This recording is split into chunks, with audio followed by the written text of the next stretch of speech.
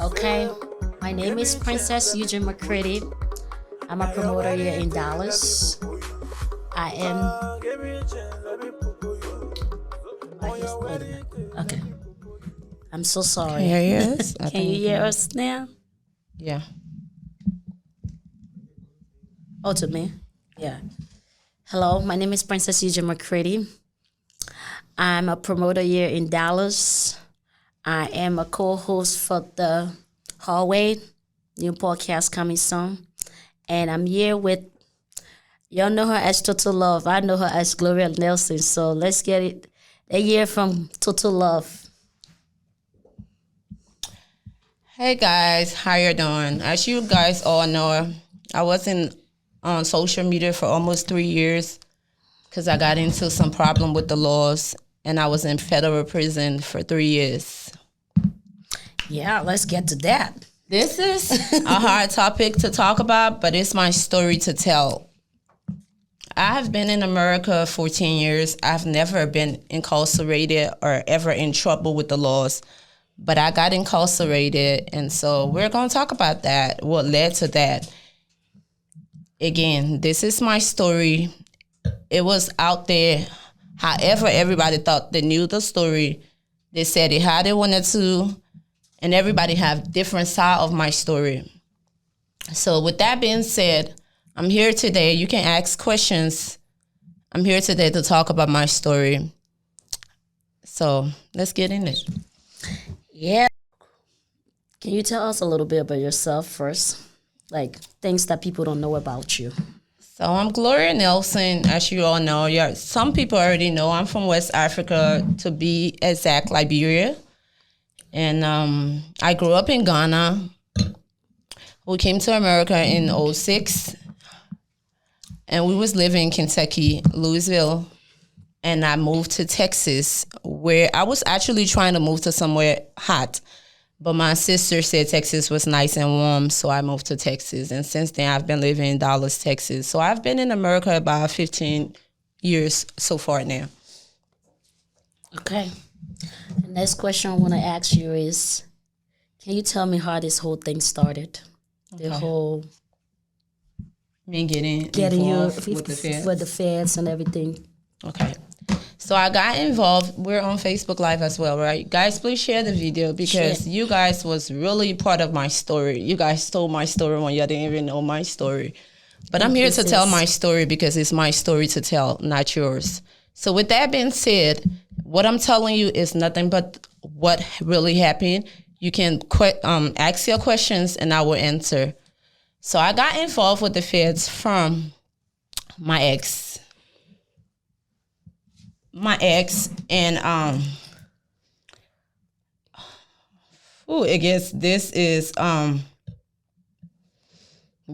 guess I got involved with this from my ex, and my ex was into whatever scamming, money laundering, however way you want to call it. But the right way to call it on the document is called white collar.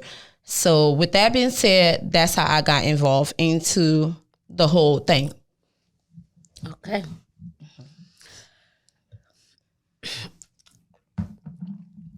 ToTo Love. Mm-hmm. The story been hot.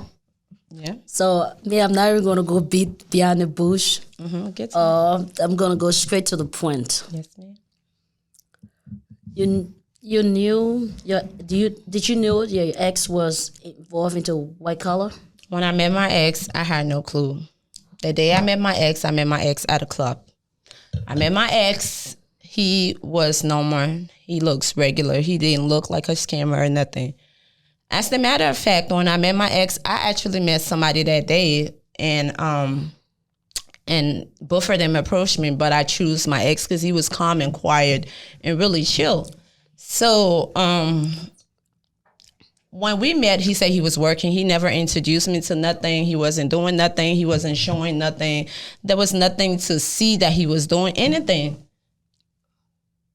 The volume on the Facebook Live is very low. I got you. Okay. The sound, they're not hearing the sound on Facebook or, hold on, let me turn my phone volume up. Okay, so they're working on that, guys. Thank you. Please comment if you having problem with the Facebook Live or anything. But anyway, back to the question because we don't have all day. I met my ex, when I met my ex, me and my ex went out for about 2-3 years. I had no clue what my ex was doing. He told me he was working. He told me he had a business. So I believed it. But long story short, in the end, did I get to know what my ex was doing? Yes, I did. What did I know exactly that he was doing these things and I willingly participate? Now that's the next question. Oh, okay. So when you found out that he was a scammer, you know, we all young, we be like the lifestyle, the cars, the house, the designer, the shoes, the jewelry. Okay. When you found out about it, did you get yourself involved in it? Well, at that point, it was already too late because I was already involved. That was when my name was ToTo Love. Mainly, that's when my name started ranking. Everybody knew. I got involved in pretty much, I'd say, about 2019. I had my 29th birthday. Everybody saw it. At that time, I already knew what he was doing. I was spending the money, and so I couldn't really sit there and play a victim and say I didn't know or what he was doing. And no, I like that. I did not know at the moment, but when it already happened, and there's no way I could take it back at that moment. Okay. So yeah. Okay. My next question would be, how the whole ToTo Love started? The ToTo Love. My name on Facebook. Oh, ToTo Love. ToTo Love. Okay, ToTo Love. ToTo Love. Let me tell you guys. You all know I used to smoke weed. Used to, not anymore. So when I used to smoke, I just got high one day and got up on Facebook and decided to change my name to ToTo Love, and I did, and it took off there, and everybody was talking about ToTo Love. So yeah. That's how ToTo Love came about. I was high one day and I changed my name on Facebook. That was back then, the past, okay?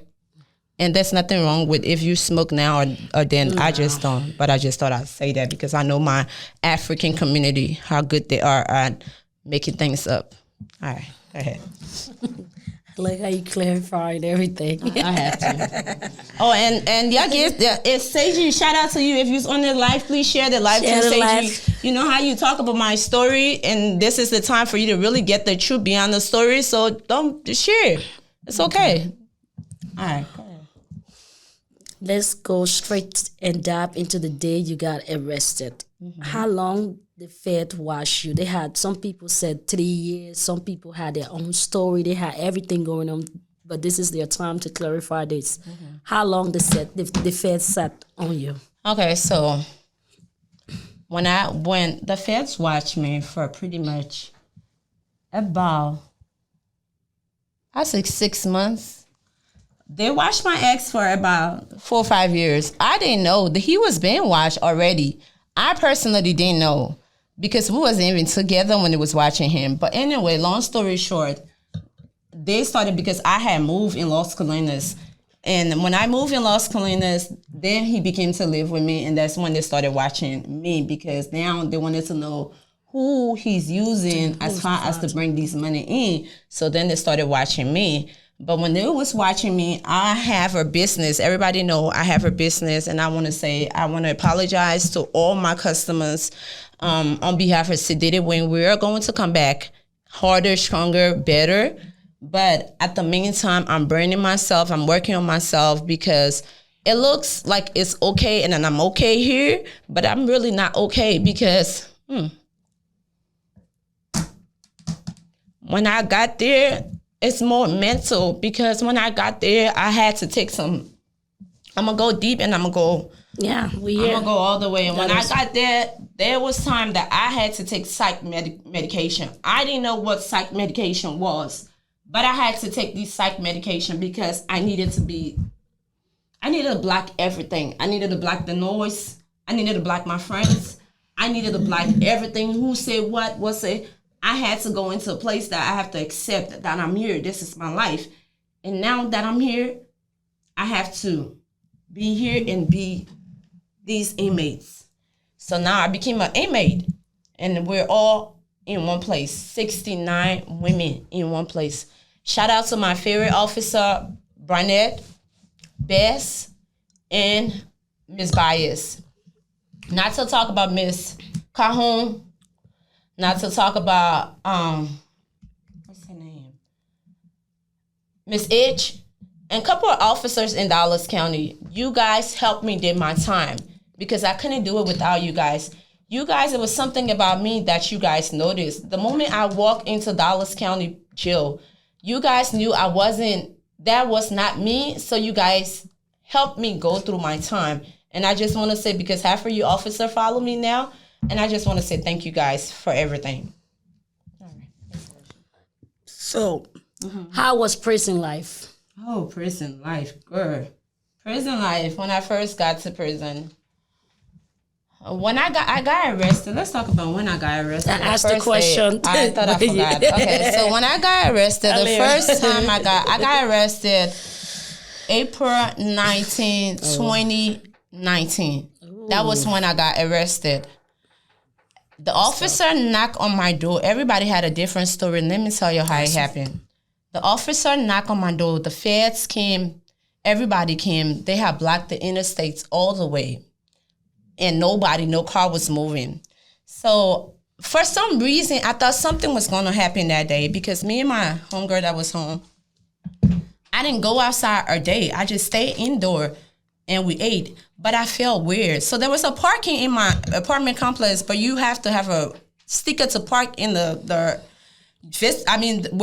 resident parking. So anyway, they was watching me for a long time. So when they knocked the door, it was 7 a.m. in the morning because I remember this day and the time because I had planned that day for me and my kids to go Easter hunting, or it was around Easter. So when they knocked the door, they said, open up, federal agents. So I opened the door and it's like, they called my ex name and it was like, you're arrested. This is you and we're here for this, step out. So when they took my ex out, I locked the door behind them because they fucked up when they took him out and didn't take me out. So I locked the door. But anyway, long story short, when they took him out, I locked the door. An officer knocked my door and said, open up, Miss Nelson. And then I opened up the door. And I was like, what is it? And it was like, we're here for you. They showed me my driver's license pictures. They showed me certain pictures of me going out and in and out of my apartments. I was like, wow. So, oh, yeah. When the Fed is on you, they're on you. I was like, wow, okay, this is me. And I was like, they was like, do you have guns? I was like, does this house look like a house that have guns? They was like, we got to check and we got to ask the questions. So they asked, I was like, there was no gun here. And I got handcuffed in front of my kids. And my children was crying. My dog was crying. My friend was crying. Everybody, I was in tears. And these people was the same people that I was actually working out in the gym with. And one of the officers, when I turned around, looked at the lady, I was like, I saw you in the gym. And she was like, yeah, hi. So they be working with you. They be watching you and monitoring everything. So, yeah. Okay, just to answer your question, somebody asked if the FBI was your next door neighbor, like she just claimed. Yes, the FBI actually moved next door. They did move next door. It came a point that the FBI did move next door. There was an empty apartment.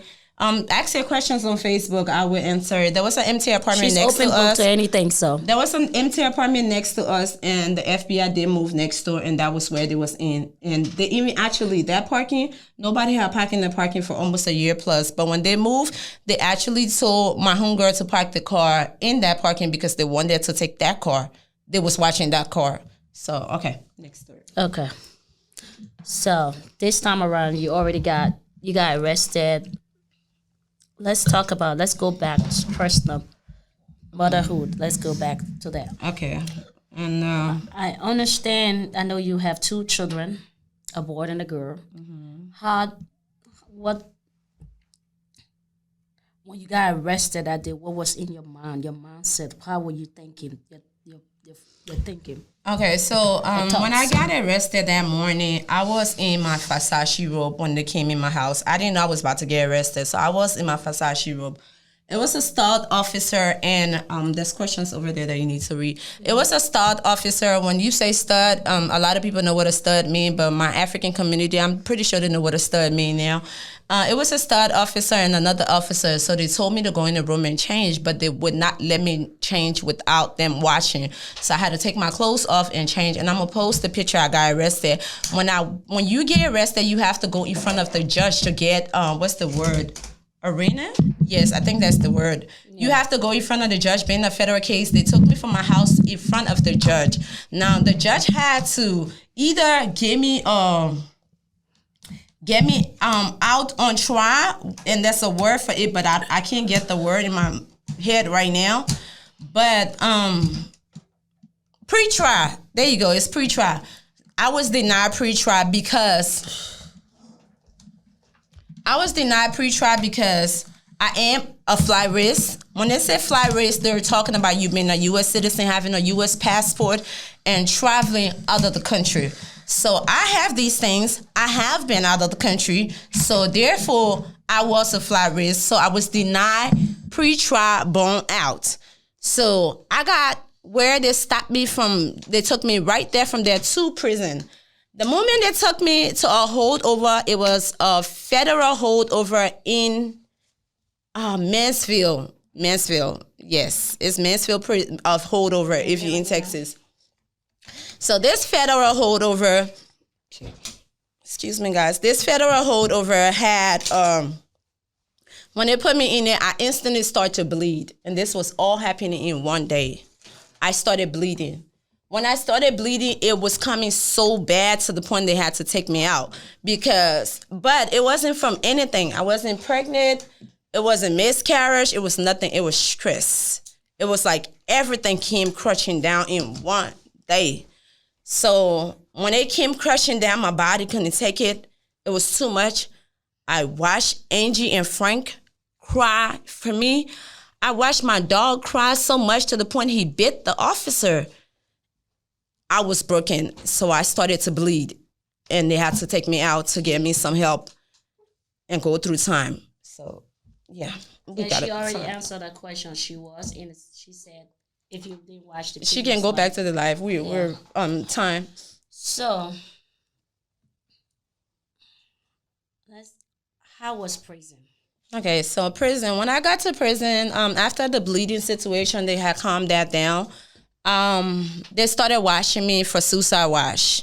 That was not even prison. I was in the holdover. I was in the holding facility, and they started washing me for suicide wash.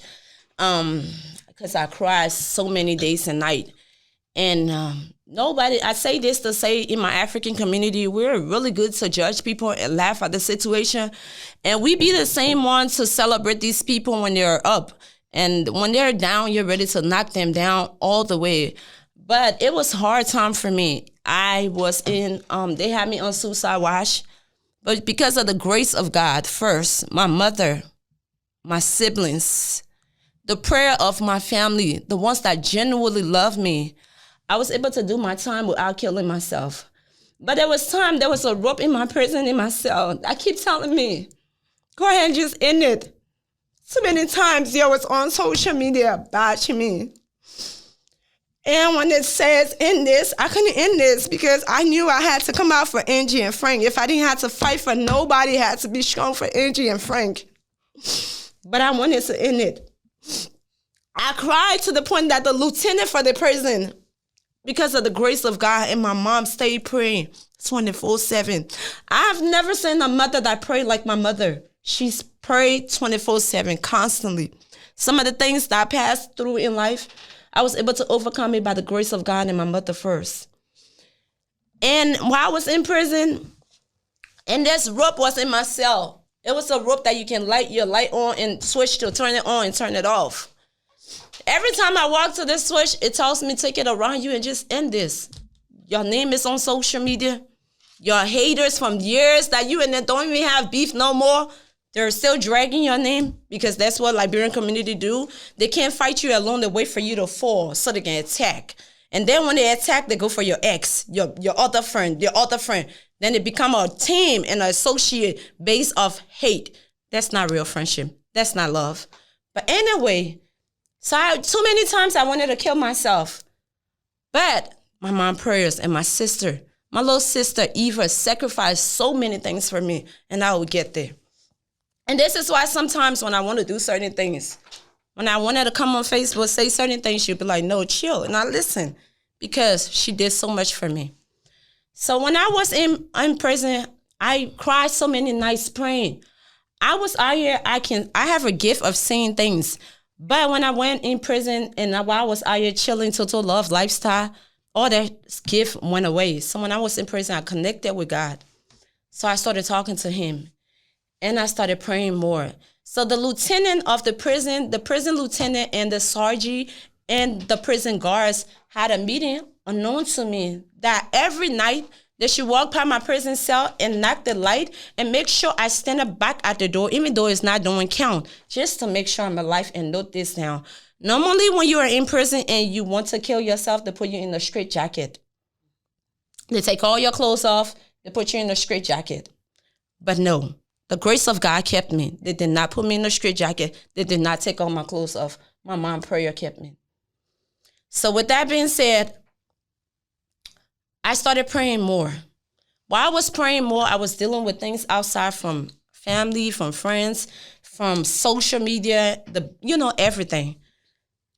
I just decided to get to God more. So then psych came to see me because they knew I needed some type of help. Psych is the psych doctor in prison. When the psych doctor came to see me, based on my past, based on who I am, I'm from West Africa, a country of civil war. For many years, I watched my mom struggle with me and my siblings and brought us to America. And over the years, I let social media get into my head and I took a different path in life. And this different path led me to somewhere. And I say this to say that to every young kid watching this today.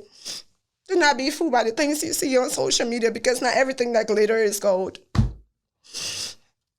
Because of my situation, I have a man in my life right now and I can't even love this man. That's what jail did to me. I can't love because I was in a cold place, in a cold world, all by myself. There was no kids, there was no mom. But I felt my family, every present of them. I felt the prayers, the cries, and everything. But I'll stop there for the next question. Yeah, anybody that have question,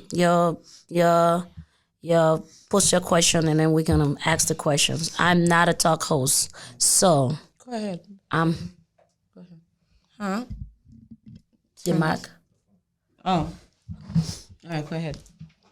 So what's your next question? my next question is people saying the reason why they had all this story they was giving, and the reason why they didn't feel sorry for you is because when you were living this life, you used to talk down on people that didn't have money and people that was poor. Okay. Can you go deep into that? Because all right. So let me say something. We're all on social media. I don't know half of you from Can of Pain. And I'll probably not know none of you. Your hate and jealousy just built off the fact that you'll see people buy whatever they buy and they show whatever they show on social media. Half of your bill, your hate of that. Everybody put captures up on the pictures. How is my capture not having no name on it means that I'm talking down on you? There's other Liberian people in this community that goes take trips, buy Louis Vuitton, Chanel, Gucci, all these designers.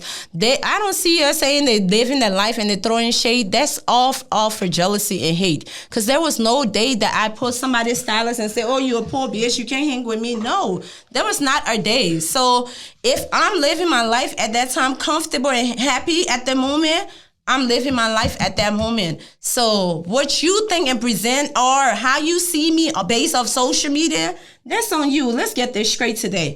That's on you. Your beef with me because of the next man or whatever you heard and you feel like, oh, she's stunned, that's on you. Because at the end of the day, when I die, I'm going to lay alone. You're going to lay alone. But I don't judge the next man because of how many pictures you post and how the life you live. So I don't see how is that a problem for y'all to think that, oh, yeah, let me knock her down while she's down. Yeah, because you see, we Africans. I'm an African too. We all Liberian. We we judge based on the way we see things. Like most of the question. Thank you, mommy. This life is not. We didn't have this conversation to bash anybody. We have this conversation so people can know. You can get the insight of what she went through, and people can go from there. And people can go. No, don't read the comment. I got it. And people can go from there. They can learn because her whole point. The reason I even came. Princess, just ask the question. I'm kind of defending you in a way. No, it's okay. The reason at this point, we're not doing the defending no more. Yeah. Was out there. The reason I even came on this live is because she wants to educate other people that the fast life is not good. I'm not a talk host. I'm repeating that. If I ever say, if she ever says something about anybody on like social media, that's somebody that me and them were personally beefing, and beef don't have nothing good to say in it. So obviously, if we're beefing, I'm not gonna come and tell you you're rich. No. If we're beefing, I'm gonna say what I'm gonna say. So you'll stop doing all these things. I never attack an innocent person. Other for me to say something to you, you had to. Gloria don't just get up and pick on nobody. You had to say something to me. Just point blank period. Okay, let's go to the next question. Well, we're here to go in detail. Let's go to the next question. That was not me. That time. When were you taken to court? Okay, hold on. I was taken to court the particular day I got arrested. I told you, but they denied me bond. So I was in the holdover in Mansfield, and Mansfield took me to Dallas County jail. The whole time I was in the holdover, I only spent 3 months actually in prison. The whole time I did my time in state jail. So when I finally got to prison, it was already 85% of my time, and it was time for me to come home. So they let me go based off my 85% of my mark have reached. With the feds, you do 85% of your time. So by the time I got there, it was already time, and they couldn't keep me a day before my time because they was going to be paying me. So they had to let me out. So they let me out based off the fact that I already did my time in county. So when I got to prison, I didn't go to court because COVID had just came up. So 5 times in 1 year time on court, they got pushed back. Okay. But the whole time I was in prison, I did it in county. I really didn't do prison. All right. Did you plead guilty to the crime? Yes. Okay. I did. And it was Gloria Nelson versus the USA. It was not ToTo Love. You see who I would go? I would say, well, no, hold on. Let me ask you something here. This is I will come back to the other question. No, this particular one. I want to answer. You think they said Gloria Nelson versus the USA? I would not plead guilty. I was going against the America, the people country. Nah, I was not going against especially the feds. I told them, I said, the feds. I wasn't. This was not a state charge. I told them, yes, I'm guilty. I did everything I said I did it. I was going against the same judges from Washington. Now the plaque I'm saying that and I'm do it. Especially the feds were on you, so they had all the evidence. You can't say that you wasn't guilty or not. Okay, let's go back to this. Let's clear this one out. Like you said, it was Gloria Nelson or something. People have this whole thing going around saying that you had to rat somebody out before you get out early. They had all these stories on Facebook. You were sentenced to jail for 10 years. You were sentenced to jail for 20 years. So can you tell me your sentence, please? Okay. So let me say this. Federal cases with white collar crime, which is new as fraud, is not as you Liberians take it or people that don't know the system. White collar crime is actually one of the lowest crime in America. White collar crime. I didn't have to ride nobody up because it was somebody actually that told on us. So it was no point. That first person that told on us, get the deal. So the first person that talked, get the deal. So there was no point for me to speak. Because that was when they was doing the investigation. Because somebody within the circle had told. So once somebody tell, that person gets the deal. So that first person gets the deal. I didn't have to ride nobody out. I actually had 12 months, which was supposed to be about a year. But due to COVID, 5 times in 1 year, my court got pushed back due to COVID. I wasn't going to court. So a lot of things was not, I couldn't do nothing about it during COVID time. So we had to change lawyers. We had to do, the basic, just so I can get home. And my family, my mom, my little sisters, being pregnant, going to school, stressing out, I had to make my little sister a mother in a very young time and age. But she got there and she did the job. All my family, my sister, Salaya, Eva, Lucretia, when it came to me, they all ran. When they needed to run to Texas, they ran to Texas and did what they had to do. My brother, Emmett, he was there all the way through it all. My in-law, I just want to say thank you to these special people. My in-law, D, the twins, yourself, but we can't go on the radio because you know what time it is. The twins, my ex-friends, everybody did what they had to do. Everybody came through, and I'm not going to sit here and be ungrateful. You had a support good system. support system. A strong one. I did. And talk about Salaj, because me and you, we go way back. Mm-hmm. I know Salaj as your big sister. How's she's doing? She's good. Okay. All right. So let's go back to, what's your experience in all this? What is my experience in what all are you this? taking? What do you take out? And what do you live for? And what are you not for? I take, every time in life things happen for you to learn. And sometimes you be going too fast in life and you just have to slow down. And I feel like that was God's way of slowing me down, because it could have got worse. I could have went to, it could have got worse. It could have been worse.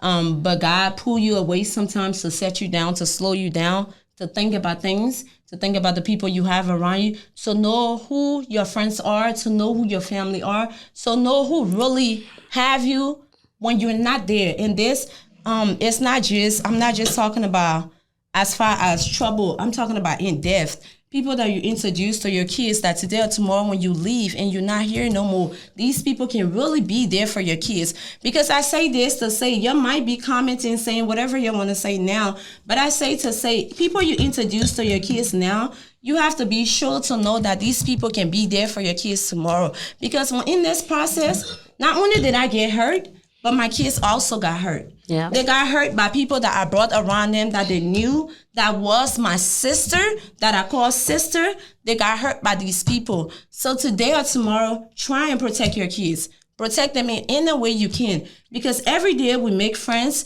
we make enemies. Know that if this relationship ends, I can count on these people to look after my kids. I know today, I can say this today, I can count on Lorraine, my kid's father ex.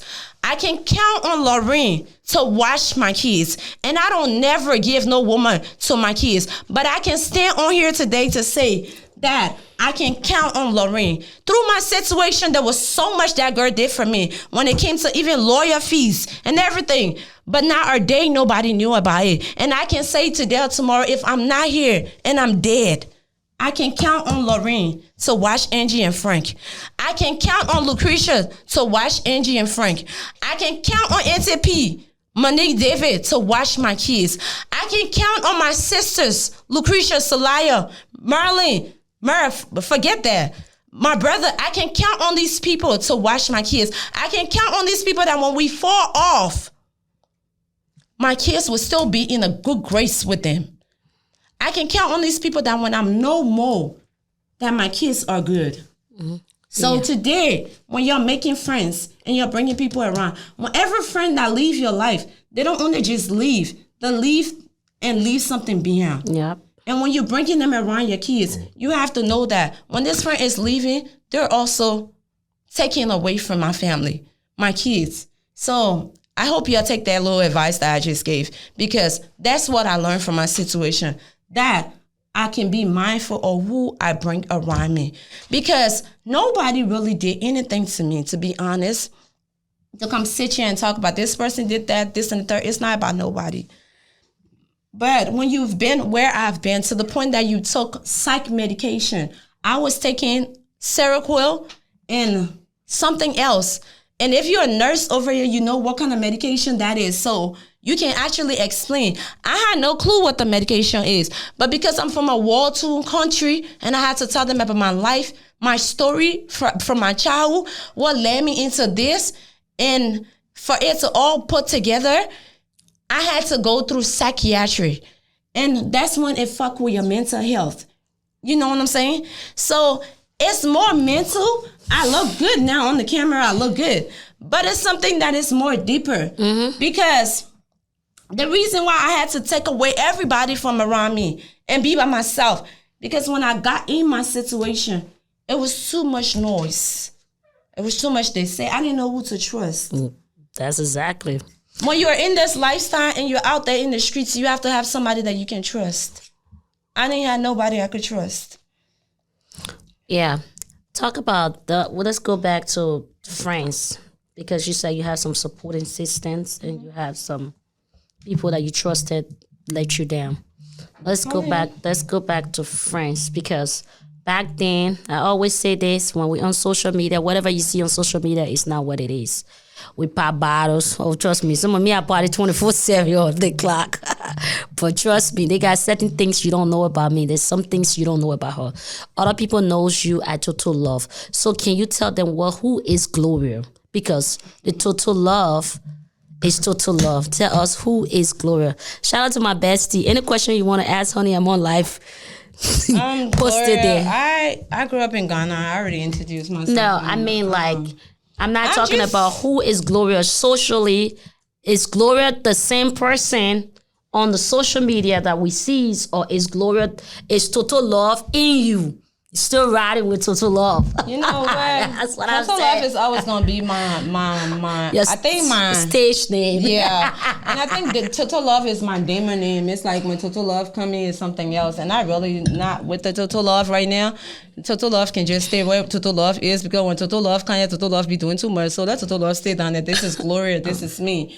And I just wanna say this, that I was gonna tell you my story, dog. Y'all ain't had to do all that thing y'all was doing. Because at the end of the day, y'all know me, I'm going to keep it 100 with y'all.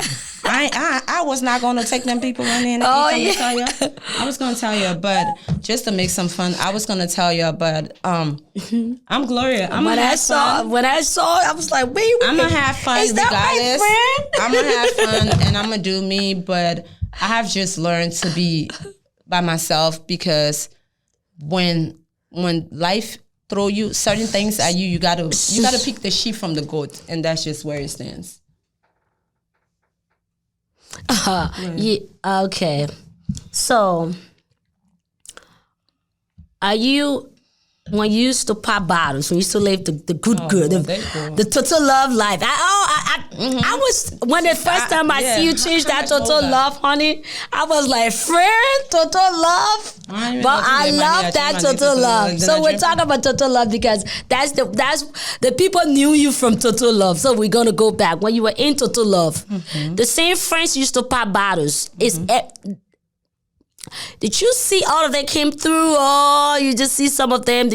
Were you having that ToTo Love experience when you was when you were in prison? Now we can laugh about it now. You know what? I did have the ToTo Love experience. One of the officers over here can actually attest. My birthday. Let me tell you about my birthday, guys, because y'all know how I did my 29th birthday out here. So I had to do it like that in prison. I had about 7 cookies cake for everybody that sent commissary and packages with the noodles, and y'all saw how I keep myself fat. So that means I was not losing no meal. I actually weighed 300 pounds when I came outside, so I wasn't. I was eating good. But if back to that question, so the love was skinny. But if my friends was there for me, as far as, what do you mean when you say there? There for you meaning like you had a whole entourage. Like you had girl, you had an entourage. You had girls in your house back then. You had girls all over. I was in LA in my little corner. You heard the officer. One of the officers just said, yeah, she was doing the most in prison. You had entourage. So all these entourage you had when you got in trouble, did it come through? That's my question. Well, you have to understand, I had friends and I had associates. The ones that was in my house was my friends because they had access to my house. So when you have access to my house, you're my friends. So if we talking about the ones that was in my house, those was my friends. So they was there. We talked when I just got there, they put ideas together, how best they can put money together, whatever way they can support or help. They talk, and they put it there. But at the beginning, it was ugly. It got really ugly to the point that I had to sit down for a while and said, no, I'm the one doing my time. So I need to be up there mentally. I needed my thought and everything to be good because it was something more physical. So I had to stop talking to my friends because I was in, let's not forget, I was in jail. I was incarcerated 6 months before you guys got my picture, my mugshot on social media. Oh, Let's really? talk about that. I was didn't know that. incarcerated 6 months. Before the story broke out? Before you guys know, you already knew the story, but y'all had no mugshot to prove, to put anything on the story. So now, I want to ask to all the bloggers, how did y'all get the story? That's going to be for another day. Right. So it has to be somebody because the story you got was very close. It was very personal. My mugshot. In order to get my mugshot, you would need my band number. You would need my federal band number. And only a few people had those band number to be able to contact me, do video visits, put money on my books. And so that's what happened. That's how you got my mugshot. So then and there, I had to know that I don't know where it's coming from, but after everything, and then I got out, and it's more mental, I had to sit down and just let everything go and start over because it was a new beginning. But it was no hate or anything. It was just a new beginning, and I just needed to, because I didn't know who, where, or what was going on at that point. So, yeah, this one went there. So they charger? said somebody just pulled up where they got the story from. Okay. One person says they got it from your auntie. One person said auntie, the woman you caused for hair business, something like that. That's where they got it. I don't know. That's what I heard. That's where you got the text message. We're not going to social media. But one of the questions that I received from social media, they want me to ask you is, did any of your friends put money down for your bill? Like they had a story. Some girl, yes, she paid $5,000. But you already know that story. So today, I'm only talking on things that you don't know about. So instead, you're trying to correct story that is true. So at the end of the day, I came on live and even said about that story. Yes, my friend did. My ex-friend did. But at the end of the day, I'm not here to talk about my ex-friend. This is my story. I'm here to share my story as far as my jail go. Everybody is in a good place and in a better place right now, and that's where it's gonna be. As far as me speaking on things that you already heard, and I did shine light on the story. So, but I'm not about to shine light on nobody and give anybody, because I know how you guys can turn things. So, no, it's not gonna go down. But you already know that answer to that was yes. Okay. So yeah. All right. Let's go in deep. It's ToTo Love. Earlier, I heard you say you're talking to somebody. Not necessarily. Oh, okay. We're going to jump over that. Okay. Let's go back. How you experiencing life being out of jail? Like when you 2019, now we're in 2022. So when I came outside, let me tell you how hard it was when I came outside. When I came outside, it was so hard. I had to do drug courses because I was smoking weed. Don't read the comments. You're gonna. I was smoking weed then, and so when I came outside, I had to do some drug courses. I had to be on papers and this and the third. And so with that, I had to, in the halfway house, I had to find a job. I was working at a burger place because my goals was to get my kids from my mom. You already know how my kids and my kids' business are with me. So I did what I had to do. I started working at the burger place. It's so bad to this point that a friend actually called this burger place to tell them I have records, but that's okay because they knew. But anyway, so I started working at a burger place. I was staying in a motel to get back on my feet. But all of that, I tell people you go through tests because every test happened in your life for a testimony. And so all these things that I went through was my test. It was just taking me through another phase of my life. I had to sleep in the motel where when I'm coming home, I take Uber to work. And when I'm coming home, drug dealers on the roads, people, they're asking you, Mom, what are you giving out tonight? And because I was staying there and I was paying $30, that's just when I came out of the halfway house. But I was able to get a better job now. Me and my kids are good.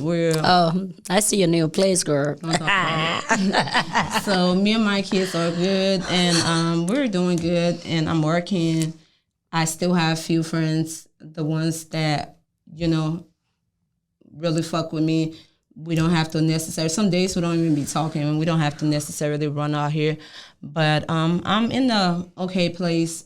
As far as mentally, I'm not all the way up there yet. It's not. It's something that I have nightmares to. It's something that is really scary, and to watch anybody go through that or your kids, I won't even wish that on these people that comment. Enemy. I won't even wish that on my worst enemy. I promise you guys, y'all don't know. And for those that saying you're a criminal and this and the third, let me answer to you. Half of you guys point finger but have skeletons. The only difference between me and you is that I didn't get caught. I mean, you didn't get caught, but I got caught. That's the only difference. Half of you going out with scammers liquor. Half of you going out with scammers. Half of you been doing scammings. And so many. It's different ways to crime. You kill and I scam. At the end of the day, when God get ready to judge us, it's the same punishment. I'm not going to a different part of heaven. You going to a different part of heaven because no. At the end of the day, your sin, my sin, is the same. Whether I win, you can call me a criminal, but I know for a fact you got 99 problems and I ain't one. And I'm not going to worry about yours. So go ahead and do you. But I'm just here to say that I was going to share this story with you guys because you guys needed to know. So if you have real questions other than hate, then ask this question and it will be answered. But we have about a few more minutes. Yeah, before the something. I'm just 30 more minutes. I'm just gonna say a little thing. Everybody know ToTo Love. I know Gloria Nelson. Gloria Nelson is a person. You don't just hit her. You hit her hard, she come harder. So back then, that's Gloria Nelson. ToTo Love. I don't know about ToTo Love, but in life, everybody makes mistakes. You make mistakes. I drink and drive. I just never got caught to get pulled up by the police. Don't let the police say this. Oh, trust me, they'll be okay. Don't let the police say this. They will be okay. They will come for me. I just never got caught. So, no, I was in San Jose. I got to talk a little story. I was in San Jose, and I got pulled over by the cops. I was drunk that night. To God, I thought I was going to go to jail. If it's not God. I saw all the cops. They had like 20 cars came for me. But you know how we know how to lie. They asked me, have you been drinking? Oh, no. My mother is a reverend. I don't drink.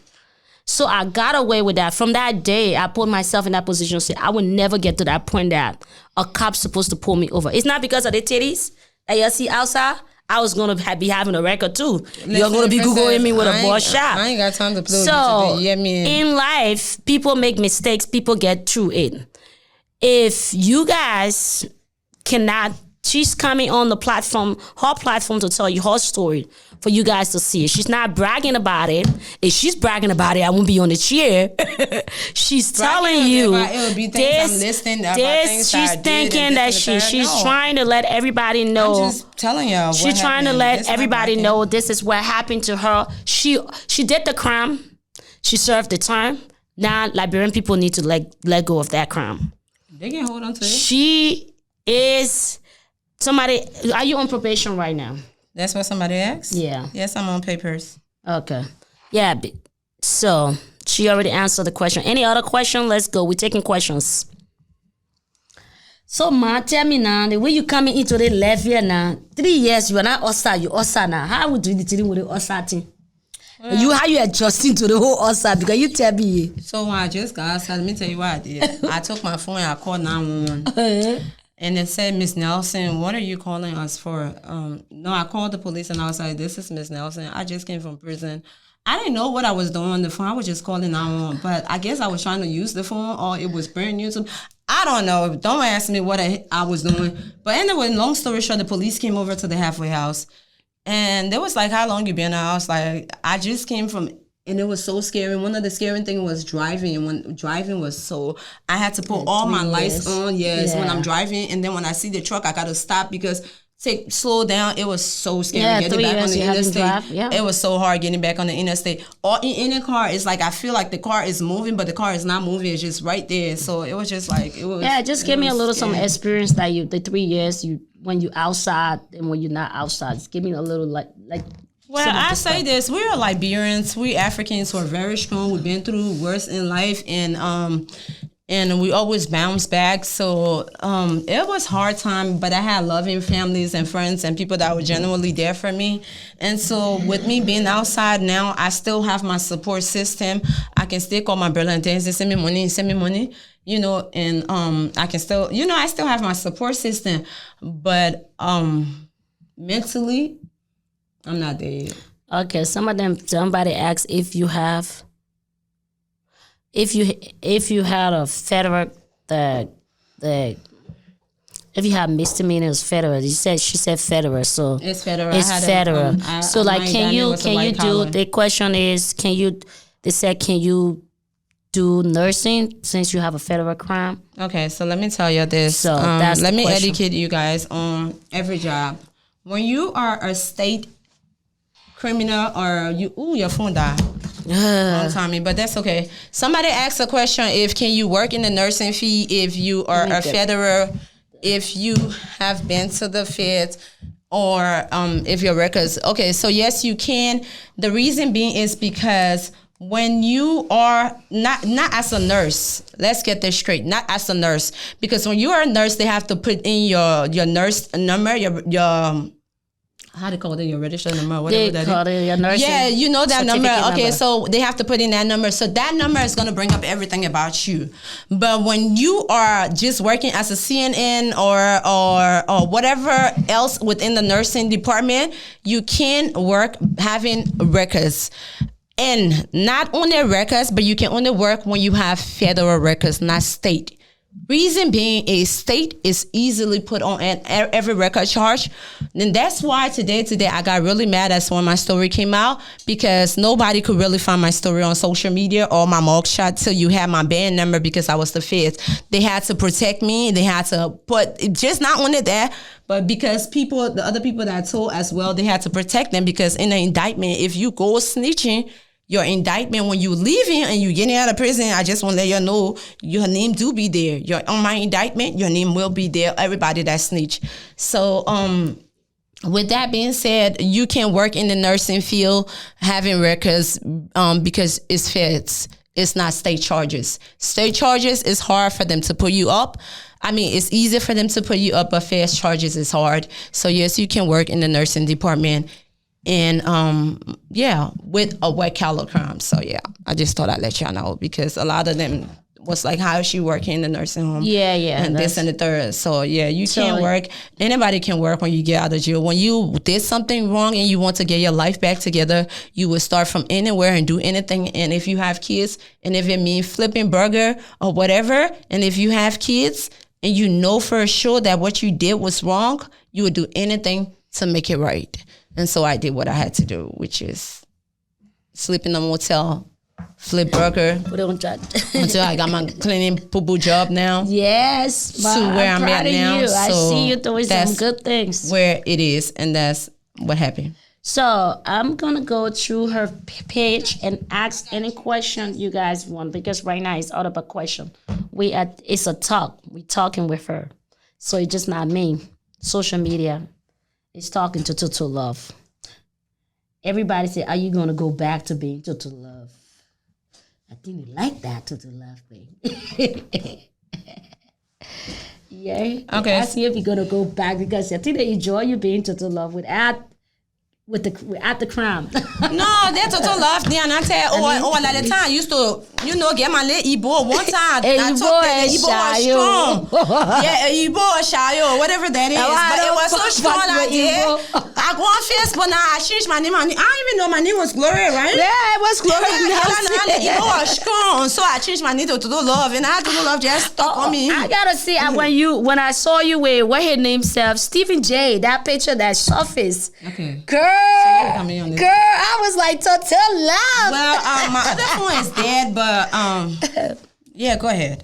I was like, ToTo Love. That is ToTo Love. That was ToTo Love, was ToTo Love. That most of the time was our Igbo Shayo or whatever you want to call it. That's when I would come and just do the crazy thing. But now I just chill.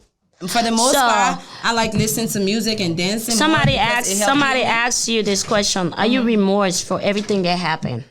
That's a good question. As my crime? As life, do you regret? I'm not gonna say. I do. I have a lot of regrets. So what are some of them? One of the regrets was I brought this person in my home, this man, and my kids had to watch me get arrested. That's my biggest regret of it all, was watching Angie and Frank see me being handcuffed in front of them. Their facial expression.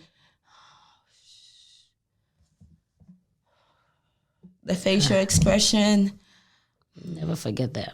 And then my second biggest regret, my court date, for them to tell me all my charges that was against me. At that time, I think my mom was 60. My mom and my little sister, they flew down from Kentucky. No, you gotta come. And on this day, when it was taking me to court, I had handcuffs from my feet to my hands. My kids was there. My mom was there. My little sister was there. And they witnessed this. When I went from court and went home, when I went from court and went back to prison in my cell,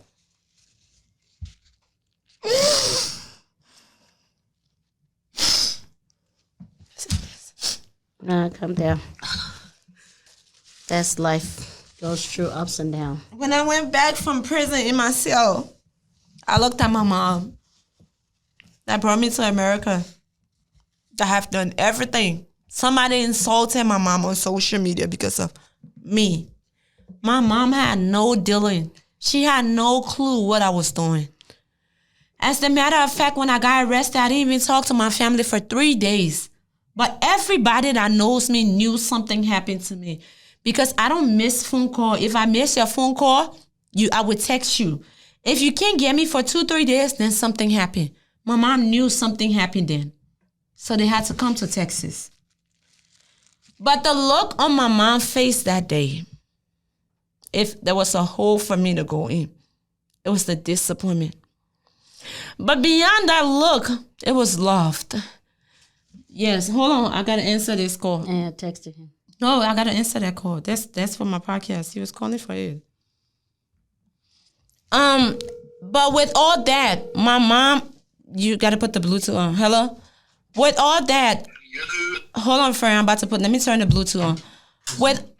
It's on? Let me join it. Without that, my mom, look on her face. She has so much love than hate on that face.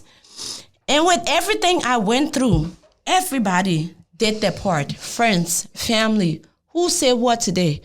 I just want to let you guys know, I had a lot of regrets, but my biggest regrets were Angie and Frank. I had a lot of friends in my circle, including the ones that we came on Facebook and cussed each other. Let me touch base on that. I don't know for sure if they did whatever, but it didn't have to be on Facebook, but it came there. But that was not my place or my point playing for me and my friends. But one of the person that held me down during my prison time was Jonathan Wright, which is, y'all all know him as a hairstyler. I personally don't know him as, he's my hairstyler, he's my friend, he's a little brother, and he's everything. My African community kept asking, what did Jonathan do? As far as, what did Jonathan do? Did Jonathan give Gloria money? Because everybody thought Jonathan and Gloria was really cool.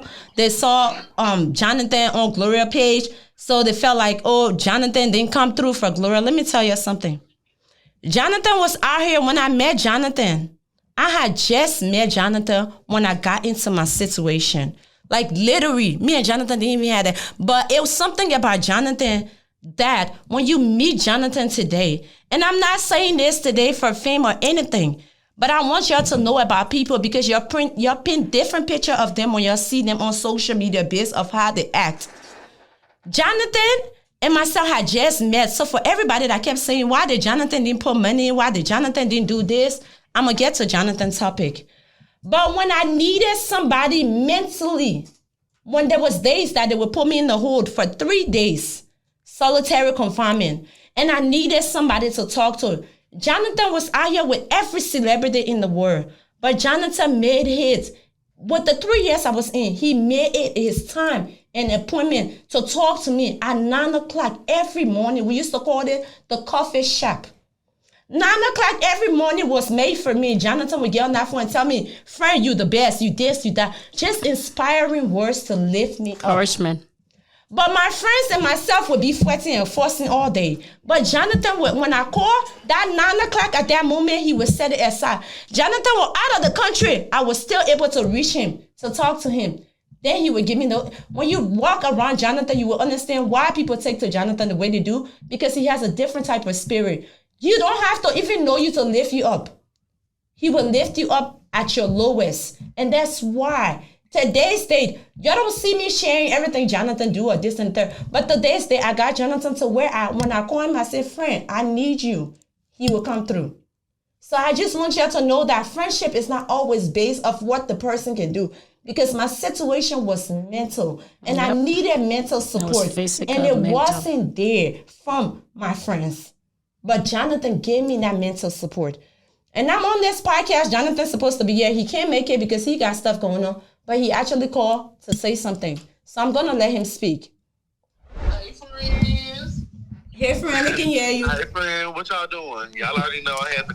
Friend, I would have been there. The only reason I didn't get to make it because y'all all the way up in, like, North Dallas, like, on the side. It's okay. We have to reach place. It's okay, friend. I know.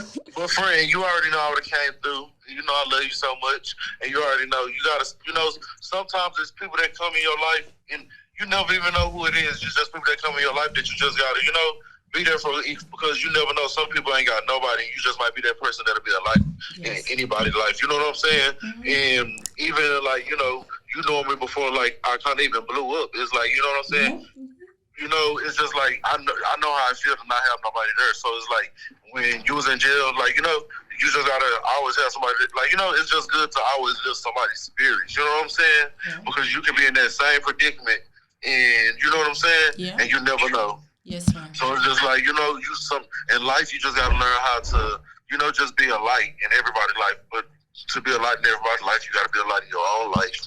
Yeah. And you know what I'm saying? Just walk in your purpose. Yes. So, as I was saying, that's Jonathan. You heard from him. He did my time with me.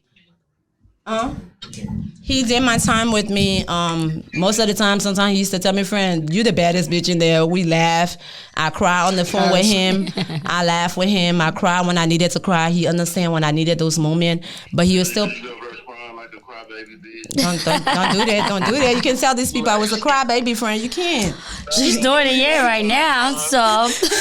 So, yeah, they used to call me crybaby in prison. But I used to cry for a good reason because I was missing on my fufu and everything. I was over there eating noodles and everything. You say you came out, you were 300 pounds. You didn't eat fufu. You was on a diet getaway. Now look how thick that ass is. Period. Okay. So, guys, with that being said, these are all the people that have been there for me and held me down, and they're still holding me down as far as getting back on my feet. And it's kind of supporting I can get. Jonathan, never. We argue like sisters. I mean, sister and brother. But Jonathan, anytime I call him, and he needs me, and I need him, he always come through. And one thing we do need in every friendship is mental support. Mm-hmm. And I know I can get mental support. And when I tell you, when I'm on the phone with Jonathan, I can get that mental support. It's not always about money. And mental support is more because there was days that I wanted to take my life, and people like him saved me. When I was in prison, there was many days I wanted to take my life, and he saved me. On that phone, 9 o'clock, do you know what it means? Jonathan was on the morning news, but he made time for me. So these are the things that I appreciate. And these are the things that I cherish, and these are the memories that I hold. So with that being said, everybody that was there for me, Jonathan came through for you. he did. I can hear you, friend. Everybody, can you hear me now? Yeah, I can. So with that being said, everybody did what they had to do, but your situation will teach you who's there, Who's in your corner, and who's in your not. corner, and who's not in your corner. And that's just all I learned. All right, I'm gonna go back to your Facebook to get some questions and stuff. Go ahead, friend. They can Once hear you're you. done. Yeah, and it's definitely like, a lot of people are trying to make it seem like, oh, I'm busy. Like, it's understandable to be busy. You can be busy, but it's sometimes you can always take time out to say a couple words if you really care about somebody. You know what I'm saying? Yeah. And that's why, like, you know what I'm saying? Like, I stay busy. I'm over here going to my truck right now. I know. So it's like, I still I still want to show you that, like, I love you. I still got, I care for you. I love you. So it's like I gotta make time. You know what I'm saying? Yes, and you did. A lot of people try to get to a certain level and feel like, oh, I'm strictly busy. And you was never, and that's why I always say this: you was never busy for me. You never felt like you, I'm too busy. You was out there with. I remember one time when I was at the federal holdover. You was out there with Ashanti, and when I called you, you was like, friend, hold on, there's noise here, but just call me back. And you was able to talk to me when I needed you, and that's all I needed. When I needed the support, it was there from friends, it was there from family. When I needed, everybody came through when I needed them, and that support is what counts. So with that being said, I just wanted to shine a light on my story and let you guys know. Now that you know what I'm saying, now that you out, what are you going to do? Like, you know what I'm saying? So now we're working on Sedity Wink. That's my brand, as you already know. Let's talk about my brand. Now that you out, what you do? How Sedity Wink's supposed to be a part of the right way when you got out with shit. Yeah, let's tell them the real. We got to talk about everything. we spelling tea. We spelling tea. We gotta keep the tea for next time. We can spill all the tea. Okay, then guys. there won't be a talk no more. Friend, but Sedity Wink is still part of the right way because I still got my spot there. No, you don't. Yeah, I do. No, you don't. So with that being said, Sedity Wink is my brand, and I had almost over 40K followers, but my page got hacked. Jonathan started the shop. Jonathan told me to go to the shop and get my brand in the shop. I just been working on. No, she just been procrastinating. Okay, procrastinating is the word. She wouldn't be Procrastinating. was being fake. Okay, so procrastinating is the right word to use, actually. So. And I'm working on Sedity Wing, and again, that's gonna come up once I'm mentally, physically ready. And you already know I got the Sedity Wing is here now. Y'all can shop Sedity Wing online. Boom. Period. We also we're doing an upgrade. We're doing a lot of changes. Boom. But yeah, and he said that's my business partner, my friend, and a brother. Sedity Wing still stands. Sedity Wing is going to come up, and it's going to be bigger, better than ever. But we just working on where we're working on right now. But yes, we're rebuilding. That's exactly what we're doing. We're rebuilding, and might change it to Bad Bitch Week. I hate you. Jonathan talking about we should change the name to Bad Bitch. No, we want her to be the good girl. She already did the bad dance. We're going to keep it to Sedity Wing because, friends, Sedity, the meaning of Sedity is bougie, is bad bitch, is classy, is everything. Okay, So, bad bitch is what's the definition of a bad bitch? Sedity. They same thing. She's Sedity. She a bad bitch. So, follow my business page. It's Sedity Wing on Instagram. It's Sedity Wing on Facebook. We are going to be launching. We're just reburning and making sure when we come, we will not be short of anything. But we are coming back and we're coming harder. And follow us everywhere on Facebook, Instagram, Sedity Wing. I am going to be launching Sedity Wing. We're at the process. We're working on the website right now. It's in process. Once the website is done, we'll start launching and everything.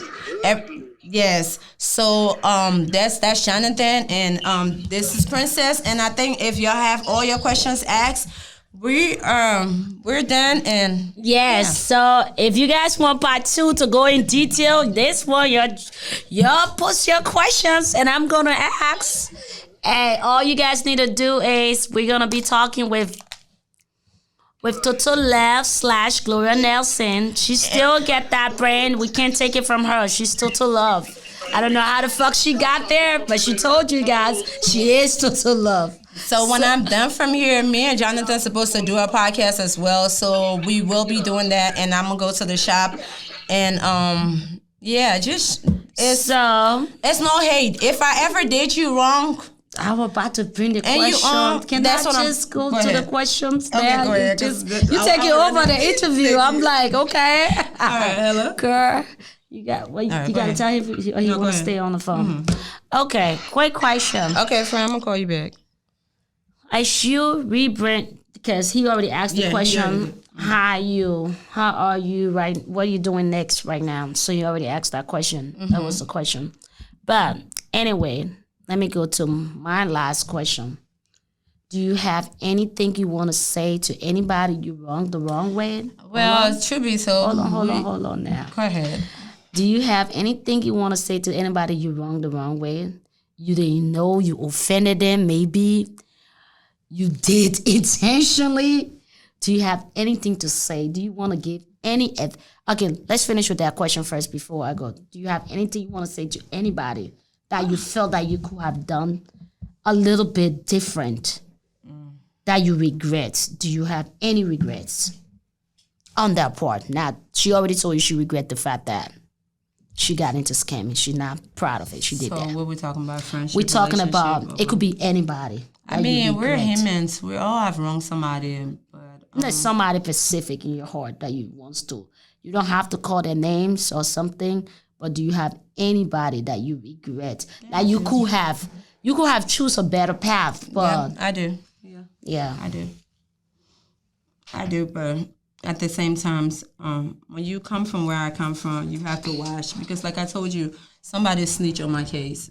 And when you... So you didn't trust nobody? Yes. And not only did I not trust anybody, it was somebody that told on my case for them to start watching me, and it was somebody in my circle.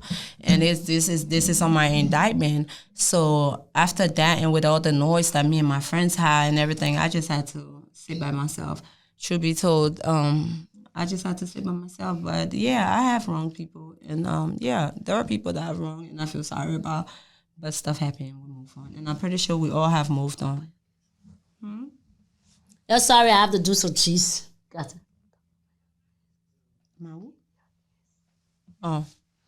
So, yeah, as far as that goes, there's a lot, but I'm not really bothered about that because in life things goes on. We all make mistakes, and we all make mistakes, and we all learn from our mistake. My biggest regret was my family and my kids. And bonding with them. Real talk, I really don't care about fixing anything with nobody right now or in the future. I'm moving forward. I just want to fix what I have with my kids because that's what's important right now, which is working on the relationship with my kids, my family, and I'm talking about my sisters, brothers, just making memories with them because life is too short. As far as ex-friends and ex-YZ, I don't really hold no grudges. Everybody is good and at a good place. I wouldn't wish what I went through on anybody on social media, including the bloggers. But I just want to say that right now I'm just working on building more bonds with my son and my daughter because that's all that matters to me and the few people that I have left. But as far as bonding or fixing things with people, I really don't care. Things happen and we move on. Everybody is doing great. Everybody is doing good in their life. And I wish them nothing but the best, but that's how it's going to be. But I don't care about fixing anything because there was nothing spoiled. At the end of the day, you outgrow people. You know, that's just how life is. Mistakes happen. So, yeah. You get over it. I'll shout out to Successful Best, my friend. How you doing, sweetie? Yeah, so my last question is the way you're out. Sorry, Ma. I didn't know it was anybody having a question over there? Because I'm not seeing no questions. Because my phone went dead. We're about to end this podcast. Yeah. If you guys have any question right now, we got about, I think, 2 minutes. 2 minutes. So my last thing, you got 2 minutes to answer the question. Now, what Gloria Nelson right now, what next? What next right now is that's me to heal mentally It's me to keep working on my relationship with my kids.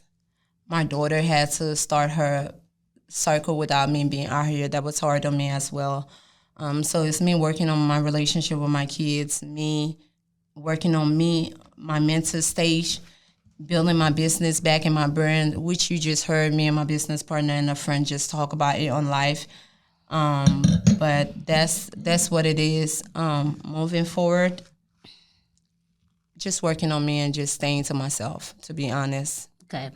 So we're gonna close this because we ain't got no question no more. But if you guys have any question, this is a talk with ToTo Love, and I am Princess Eugene McCready. I'm an entrepreneur. Oh, yeah. Okay. Okay, I'm gonna check the last question before I end this. So before we end, since we have 1 minute left, I just want to give shout out to all these people and say thank you to every last one of you, those that share my story in the negative light and the positive light, those that did not talk about it. I just want to say thank you. Also to my 2 nephews, their birthdays on Saturday, Jay and Kaden. I love you guys so much. Happy birthday. I want to say thank you to Bess, that has one of the biggest platform in the Liberian community. My friend. But one of the thing I respect her about is, I'm pretty sure at one point Bess did not like me, but I don't know how she began to like me. I think she began to like me when I got into my situation, because I used to share her stuff and share stuff. And she started liking me when I got into my situation. She had called, reached out, sent money to my family, even when she was in Liberia and this and the third. So I give shout out to you. Thank you.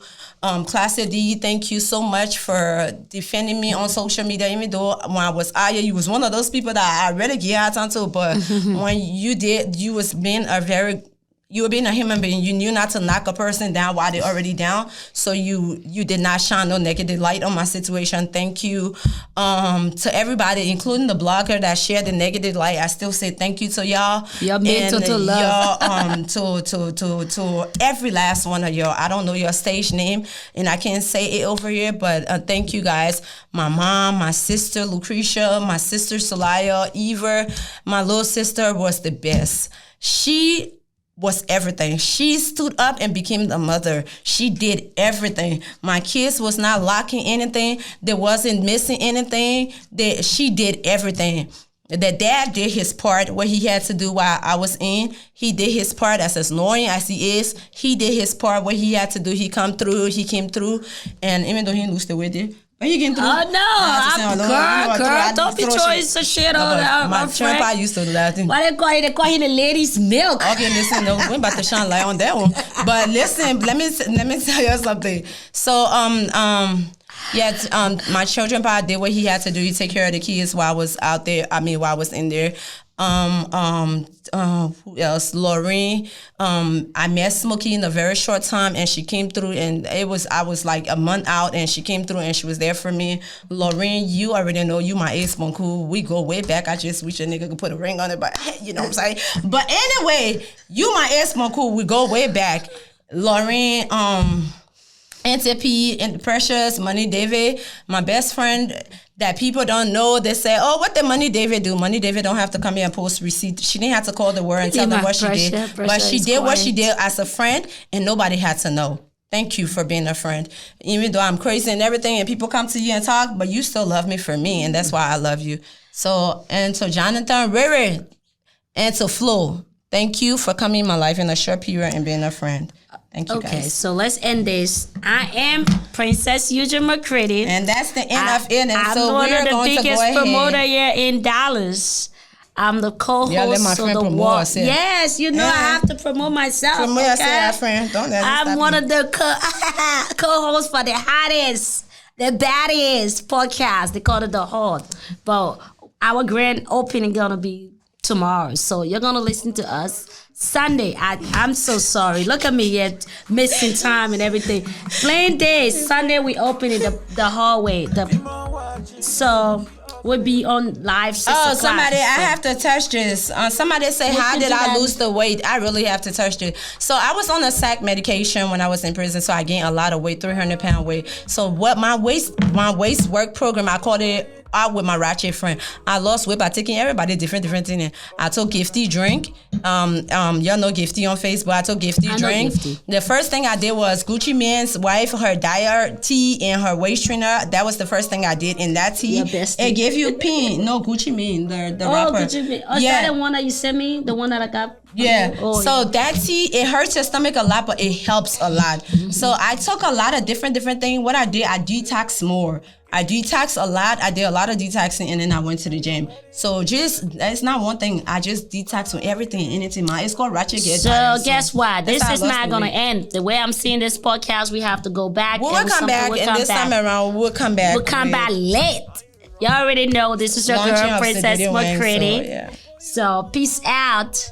And Miss ToTo Love, the name that I love so much. I wouldn't listen to no negative comments. Don't even look at the comments. Are we people gotta from my turn past, it up right now. So if you're in my past, let's you're end in the this. past. So just keep the stuff in the past. Yes, and stop we're not going to go past. back. That's the past. She's a changed person. She already come over here. Whatever you have with her, that was her past. Don't judge her from her past book. Judge her from her present book right now. Cheers. Cheers to good life. Freedom. Freedom. Cheers to freedom.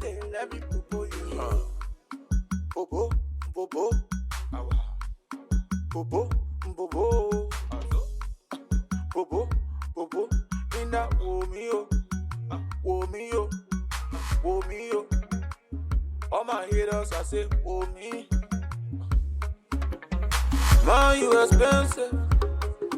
You expensive.